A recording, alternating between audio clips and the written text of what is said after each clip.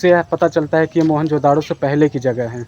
नालंदा विश्वविद्यालय या तो सिंधु सभ्यता, हड़प्पा इन जगहों जैसा हो चुका है। इस जगह का सबसे प्राचीन नाम सहजातीय था।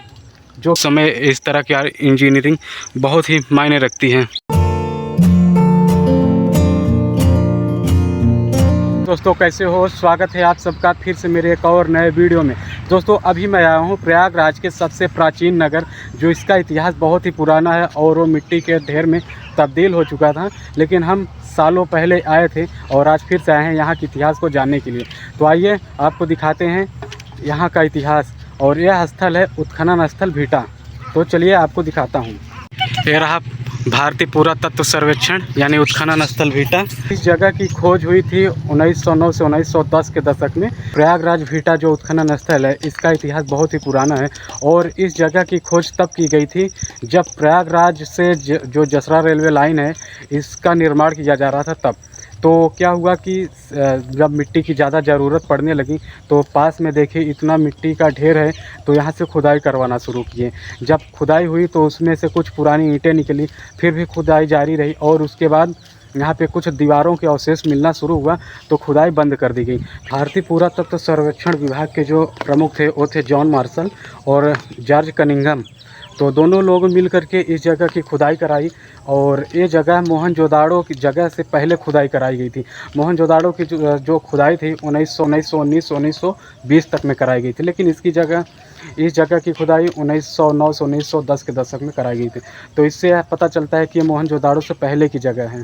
प्रेजेंट टाइम में भी इसका अस्तित्व है, जो कि बहुत ही अच्छी बात है क्योंकि इसे अभी सुरक्षित किया गया है। भाई जब इस जगह की खुदाई कराई गई तो इसमें से मिट्टी की मुद्राएं मिली और मिट्टी के बर्तन मिले, ऐसे बहुत सी वस्तुएं प्राप्त हुई। तो उसे अभी लखनऊ के संग्रहालय में रखा गया है। तो ये जगह जो है मौर्य काल से गुप्त काल तक प्रचलित थी और ये व्यापारी के लिए प्रमुख केंद्र थी। यह लगभग तीसरी सदी की बात है, जब मुद्राएं मिट्टी की हुआ करती थी या मिट्टी के बर्तन हुआ करते थे। और यहाँ पे जो एक मिट्टी का वर्तुल मिला है, उस पे दुष्यंत और शकुंतला, जो कि हिंदी के महाकवि कालिदास जिसका महाकाव्य है वो है अभिज्ञान शाकुंतलम, उसमें जो दुष्यंत और शकुंतला हैं, दो नायक और नायिका, और उस मिट्टी के वर्तुल जो प्राप्त हुआ था उसमें दुष्यंत और शकुंतला का चित्रण किया गया था कि वो महर्षि कण्व के आश्रम में जा रहे हैं और वहाँ एक लड़की है जो पौधों को पानी दे रही है, ऐसा उस वर्तुल में चित्रित किया गया था। तो इससे स्पष्ट होता है कि ये समय था ये ब्राह्मी लिपि के समय का है, लगभग तीसरी सदी का। मौर्य काल के समय यहाँ पे जो मिट्टी के बर्तन मिले थे और मुद्राएं मिले थे, तो उस पर कुछ चित्रित था, जैसे कि उस पर लिखा गया था सहजातीय निगमे, यानी कि यह जगह बहुत पुराना है। और उस सिक्के से यह पता चलता है कि इस जगह का सबसे प्राचीन नाम सहजातीय था, जो कि अब वर्तमान काल में भीटा के नाम से भी जाना जाता है इस जगह को। तो प्रयागराज का सबसे पुरानी और सबसे अच्छी जगह यही है। और एक है सिंगवेरपुर में इसी तरह से नगर, और गुप्त काल तक बहुत ही व्यापारियों के लिए प्रमुख केंद्र बना रहा। और यहाँ पर भी बहुत ही अच्छी नगर के लिए, क्योंकि यहाँ के पास में ही जमुना रिवर है, तो व्यापारियों के लिए बहुत ही अच्छी सुगम साधन था। दोस्तों ये नगर उस समय में बहुत ही सुप्रसिद्ध था, क्योंकि यहाँ पे मिट्टी की दीवारें हुआ करती थी और यहाँ पे कुछ सड़कें हुआ करती थी और पक्की नालियाँ हुआ करती थी, छत हुआ करता था। तो ये नगर उस समय में बहुत ही सुप्रसिद्ध था, जैसे कि मोहनजोदाड़ो या तो हड़प्पा, ये उसी नगर से और उसी स्थलों से ये भी संबंध रखता है अपना सहजातीय निगमे, जिसका प्राचीन नाम था और अब वर्तमान में भीटा कर दिया गया है। आप इधर सामने देख सकते हो कि जो दीवार है कुछ इस तरह से इसका आर्किटेक्चर बनाया गया है और दीवार इतनी मोटी है। और यहाँ पे कमरे हैं, जैसे कि एक छोटा सा कमरा ये है, इधर एक सामने ये आंगन है और एक छोटा सा एक कमरा है, ये रहा दरवाज़ा।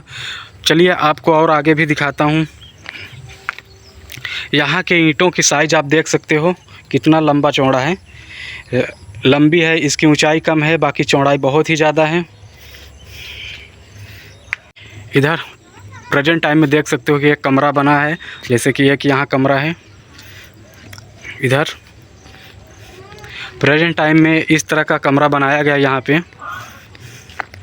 और ये जो दीवार देख रहे हो ऊपर सामने मिट्टी का ढेर देख रहे हो सकता है इसके अंदर पूरी जो अभी जंगल हो चुका है इसके अंदर भी दीवारें हों, इसके अंदर भी हो, लेकिन यहाँ पे अब खुदाई नहीं होती है। बिल्कुल जितना आर्किटेक्चर आप देख रहे हो बस इतना ही है।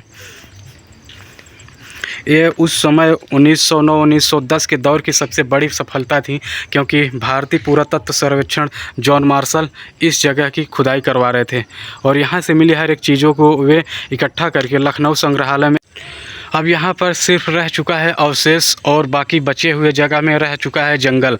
ये सामने देख लो, ये है कमरे के आकार, जैसे कि एक कमरा ये हो गया, पास में एक कमरा, इसी तरह से यहाँ पर कमरे बनाए गए हैं। यहाँ पे जो दीवारें बनाई गई हैं ये कहीं अलग से ले आके ईंटें और सीमेंट वालों से नहीं बनाया गया है, ये जैसे बना था बस वैसे बना है। इसे बहुत ही सुरक्षित खुदाई करके बस साफ़ सुथरा कर दिया गया हो गया। उस समय दीवारें कुछ गोल गोल शेप की बनाई जाती थी, जैसा कि इधर देख लो, जैसे उस साइड था वैसे इधर भी मिट्टी के ढेर में पूरा तब्दील हो चुका है, यानी मिट्टी के ढेर में दबा हुआ है। यहाँ पास से ही खुदाई करवाया गया था तो गौतम बुद्ध की मूर्ति मिली थी, तो इससे यह स्पष्ट होता है कि यह समय पूरी तरह से विकसित हो चुका था।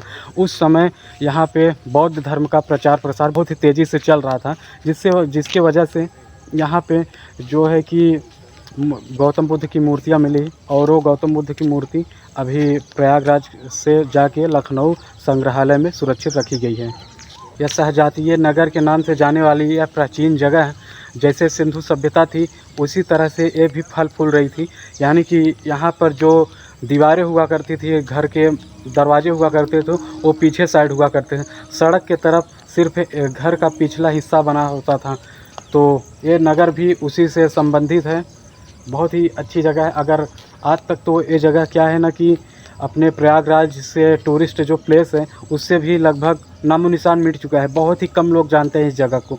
लेकिन है जॉन मार्शल और ये है जॉन कनिंघम, इन दोनों लोगों ने ही इस जगह की खुदाई कराई थी।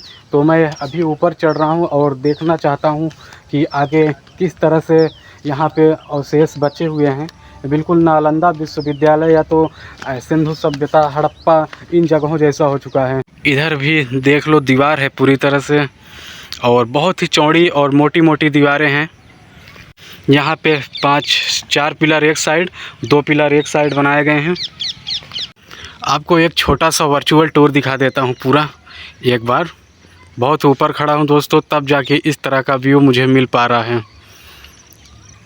यहाँ से वहाँ दूर तक पूरी तरह से फैला हुआ है और यहाँ पर साफ साफ आप पूरा आर्किटेक्चर देख सकते हो। इंजीनियरिंग बहुत ही काबिल तारीफ़ थी, क्योंकि इस तरह की इंजीनियरिंग करना उस समय, जिस दौर में ये आज से 3री-4थी सदी की बात है, उस समय इस तरह की इंजीनियरिंग बहुत ही मायने रखती है। तो अपनी इंडिया की जो तकनीक ही बहुत ही आगे थी। इधर देख सकते हो कि ये रहा कमरा पूरा, इधर ये सामने वाला कमरा है और ये रहे घर के पीछे पक्की नाली। ये रहा पूरा इधर साइड का देख सकते हो कमरा है और उस समय ये बनाया गया था एक छोटी सी गैलरी, सड़क थी। और प्रेजेंट टाइम में ये सब पूरी तरह से ध्वंस है। आपको आगे दिखा देता हूँ। इधर भी कुछ कमरे हैं, कॉरिडोर हैं और एक छोटा सा कमरा इधर है। देखो, उस समय की इंजीनियरिंग बहुत ही अच्छी थी। इधर एक कमरा है, इधर एक छोटा सा हॉल रूम है, यानी उस समय की जो इंजीनियरिंग थी। एक गैलरी है, एक कमरा इधर है, एक इसके आगे, एक उसके, यहाँ टोटल 4 कमरे हैं। और सामने इस तरह से एक सीढ़ियाँ बनाई गई है, इधर से ऊपर एक सीढ़ी है सामने, और इस तरह से 4-5 कमरे इस साइड बनाए गए हैं। प्रेजेंट टाइम में इसका आर्किटेक्चर कुछ इस तरह से बनाया गया है। दोस्तों, अगर आप भी ऐसे प्राचीन और ऐतिहासिक जगहों को देखना पसंद करते हैं या घूमना पसंद करते हैं तो प्लीज़ मेरे चैनल को सब्सक्राइब करो और अपने दोस्तों के पास भी शेयर करो। Thank you, bye bye.